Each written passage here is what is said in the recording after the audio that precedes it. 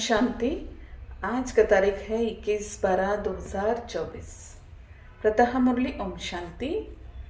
बाबा कहते हैं आज हेडलाइंस में मीठे बच्चे, सच्ची कमाई करने का पुरुषार्थ पहले स्वयं करो, फिर अपने मित्र संबंधी को भी कराओ। Charity begins at home. आज का प्रश्न है, सुख अथवा चैन प्राप्त करने की विधि क्या है? उत्तर है पवित्रता। जहां पवित्रता है वहां सुख और चैन है। बाप पवित्र दुनिया सत्युग की स्थापना करते हैं, वहां विकार होते नहीं। जो देवताओं के पुजारी हैं वह कभी ऐसे प्रश्न नहीं कर सकते हैं कि विकारों बगैर दुनिया कैसे चलेगी। अभी तुम्हें चैन की दुनिया में चलना है, इसलिए पतित दुनिया को भूलना है, शांति धाम और सुख धाम को याद करना है। ओम शांति का अर्थ तो बाप समझाया है ना, और बच्चे भी समझे हैं। आत्मा कहती है कि Om Shanti, son of silence father. तो बाबा कहते हैं सन ऑफ साइलेंस फादर, यानी आत्मा परमात्मा का संतान। शांति के लिए जंगल आदि में जाकर कोई उपाय नहीं करना है। आत्मा तो है ही साइलेंस। आत्मा का स्वधर्म तो शांति है ना, तो कौन सा उपाय करना है इसे, जबकि ये खुद ही शांत है आत्मा। तो फिर उपाय क्या करना है, ये बाप बैठ समझाते हैं। तो बाबा कहते हैं, मनुष्य तो कहते हैं ना कि चैन चाहिए, यहां भी कहते हैं ना कि मेरा मन को तो चैन ही नहीं है। तो असली चैन कहाँ है? सतयुग में। तो चैन अथवा सुख सभी मनुष्य चाहते हैं, परंतु सुख और शांति के पहले तो चाहिए पवित्रता। पवित्र को पावन और अपवित्र को पतित कहा जाता है, और कलयुग में है अपवित्र और सतयुग में है पवित्र। अब वह बाप कहते हैं दुखधाम को भूलो, शांति धाम और सुख धाम को याद करो। इसको ही मनमना भाव कहा जाता है। मनमना भाव का अर्थ बाबा आज समझा रहे कि दुखधाम को भूलना है और शांति धाम सुखधाम को याद करना है। तो बाप आकर बच्चों को सुखधाम का साक्षात्कार कराते हैं, दुखधाम का विनाश करते हैं, फिर शांति धाम में ले चलते हैं। इस चक्र को भी समझेंगे 84 जन्म का, तो आप सुखधाम के मालिक बन जाएंगे। तो पहले पहले तुम्हें शांति धाम में जाना है, तो अपने को शांति धाम ब्रह्मांड का मालिक समझो। चलते फिरते अपने को वहां का निवासी समझो, तो ये दुनिया भूलती जाएगी। तो हमें पहले ये समझानी लेनी है कि हम हैं शांति धाम के निवासी, मूल वतन के वासी। तो आत्मा का स्वधर्म शांति है ना। अब सच्ची कमाई कौन सी है? यह है सच्ची कमाई, जो सच्चा बाप सिखलाता है।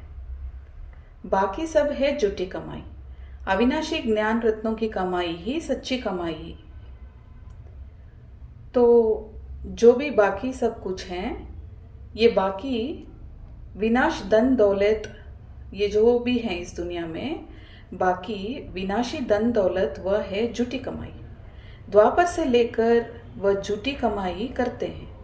इस अविनाशी ज्ञान सच्ची कमाई की प्रारब्ध सतयुग से शुरू होता है, त्रेता में पूरी हो जाती है। तो बाबा आज कहते हैं, तो द्वापर से लेके जो भी कमाई होती है वह है झूठी कमाई, लेकिन संगम पर बाबा जो ज्ञान के आधार से हमें देते हैं वह है सच्ची कमाई। और इसकी प्रारब्ध हम आगे जाके 21 जन्म सतयुग और त्रेता युग में भोगते हैं, इसकी प्राप्ति हमें मिलती है।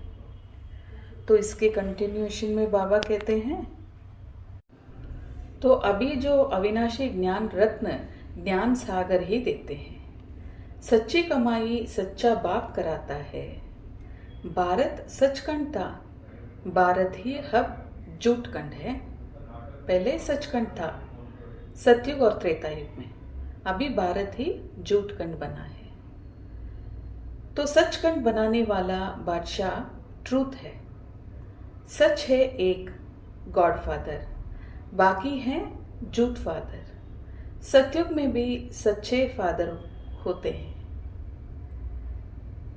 तो बाबा आज कह रहे हैं सतयुग और कलयुग की कॉन्ट्रास्ट में। तो बाबा ने कहा अविनाशी ज्ञान रत्न, इसके आधार से सतयुग में कैसा होता है और कलयुग कैसा होता है। ज्ञान रत्न के बारे में बोले, फिर सचखंड के बारे में बोले, फिर ट्रूथ के बारे में बाबा ने बोला। ट्रूथ यानी सच्ची और सच्चा बाप। तो इसका हम लोग विस्तार देखेंगे कि सतयुग में कैसा होता है और कलयुग में कैसा होता है। अब अगर सचखंड और झूठखंड के बारे में देखा जाए तो सचखंड होता है सतयुग और त्रेता युग में। तो वह है श्रेष्ठ कर्म के आधार से जो हमने संगम युग में पुरुषार्थ किया है, उसका प्रारब्ध हमें सतयुग और त्रेता युग में मिलता है। तो सचखंड में काया भी कंचन होती है और आत्माभिमानी होते हैं। श्रीमत के आधार से आत्मा चलती है और संबंध होते हैं, परिवार में संबंध होते हैं और कर्म भी अकर्म हो जाता है। और योग बल से परिवार चलता है तो वहाँ बाप भी सच्चे मिलते हैं। और द्वापर से जैसे ही द्वापर आता है तो झूठखंड क्यों बन जाता है? क्योंकि कर्म भ्रष्ट और धर्म भ्रष्ट हो जाता है द्वापर से। तो इस आधार से झूठी काया और देहाभिमान, क्योंकि झूठी काया इसलिए एक तो देहाभिमान और उसके साथ साथ रावण के अवगुण आ जाते हैं, काम क्रोध लोभ मोह और अहंकार, जो सतयुग में नहीं होता है। सतयुग में विकार होता ही नहीं है, लेकिन द्वापर से विकार शुरू हो जाता है। तो इसके लिए झूठी काया, देहाभिमान, अहंकार होता है। तो यहाँ होता है, वहाँ होता है श्रीमत और यहाँ होता है मनुष्य की मत। इसके आधार से भक्ति मार्ग चलती है। तो फिर वहाँ होता है संबंध परिवार में और यहाँ हो जाता है बंधन, क्योंकि यहाँ कर्म भी भ्रष्ट है और धर्म भी भ्रष्ट है। कर्म भ्रष्ट और धर्म भ्रष्ट होने के कारण आत्मा बंधन में आ जाती है, बंधन में फंस जाती है। तो इस वजह से विकर्म भी होते हैं आत्मा से। आत्मा जो भी कर्म करती है वो विकर्म के खाता में चले जाता है। और फिर यहाँ कर्म के फल के आधार से बाप भी मिलते हैं, घर भी मिलता है, हिसाब किताब होता है देह के साथ। फिर सुख शांति और समृद्धि होते जाते हैं। फिर आत्मा अपनी चैन को ढूंढती है, सुख चाहिए, शांति चाहिए। ये सब जो ये लॉसेस होते हैं, ये पूरे विकार के वश झूठी कंड बनने से, विकर्म होने से आत्मा का डाउनफॉल हो जाता है द्वापर से लेके। कहते हैं ना, झूठी माया झूठी काया झूठा सारा संसार। तो द्वापर से आत्मा का और ड्रामा का ये रोल चलता है। और संगम पे जैसे ही आत्मा पहुंचती है तो बाबा आ जाते हैं, हमें मिल जाते हैं और ज्ञान के आधार से आत्मा को भरपूर बना देते हैं। फिर इसी ज्ञान के आधार से आत्मा सतयुग और त्रेता युग में भरपूर सुख शांति और समृद्धि से रहती है।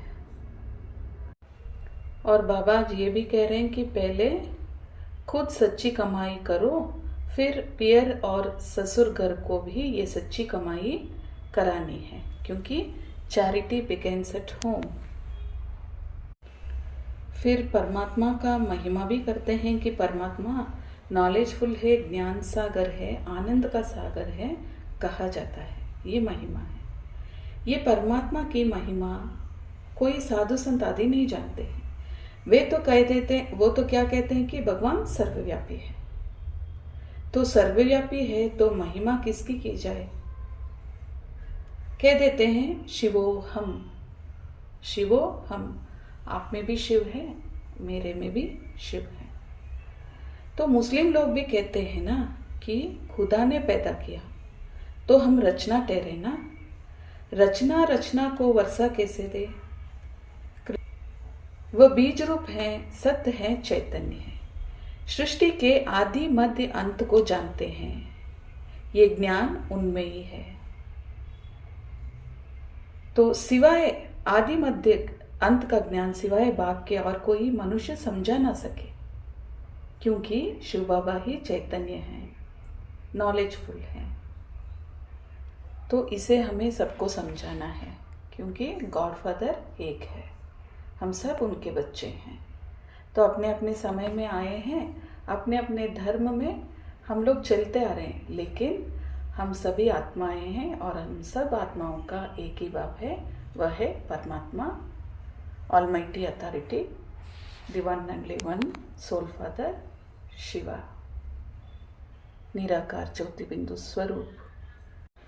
तो दुनिया के जो लोग हैं वो तो कहेंगे कि विकार बगैर सृष्टि कैसे चलेगी। तो बोलो, तुम शायद देवताओं के पुजारी नहीं हो, लक्ष्मी नारायण की तो महिमा गाते हो ना, वो तो संपूर्ण निर्विकारी थे।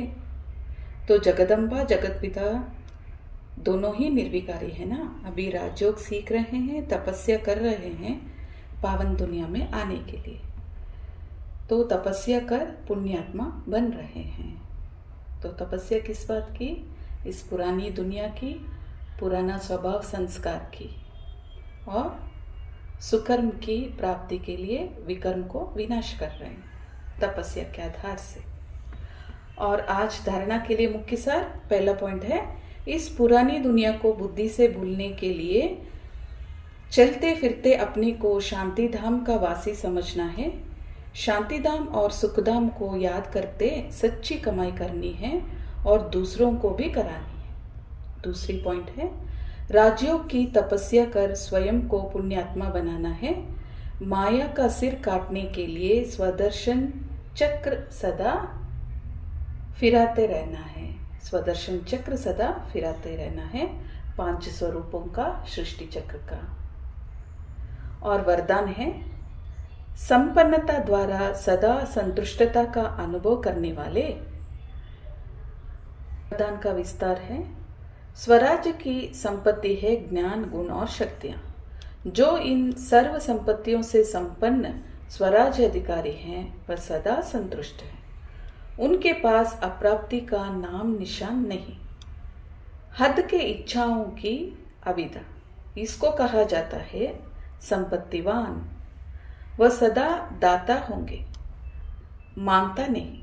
वह सदा दाता होंगे, मांगता नहीं, माना देवता होंगे, लेवता नहीं। वे अखंड सुख शांतिमय स्वराज्य के अधिकारी होते हैं। वह अखंड सुख शांतिमय स्वराज्य के अधिकारी होते हैं। किसी भी प्रकार की परिस्थितियां उन्हें अखंड शांति को खंडित नहीं कर सकती। किसी भी प्रकार की परिस्थितियां उनके अखंड शांति को खंडित नहीं कर सकती है।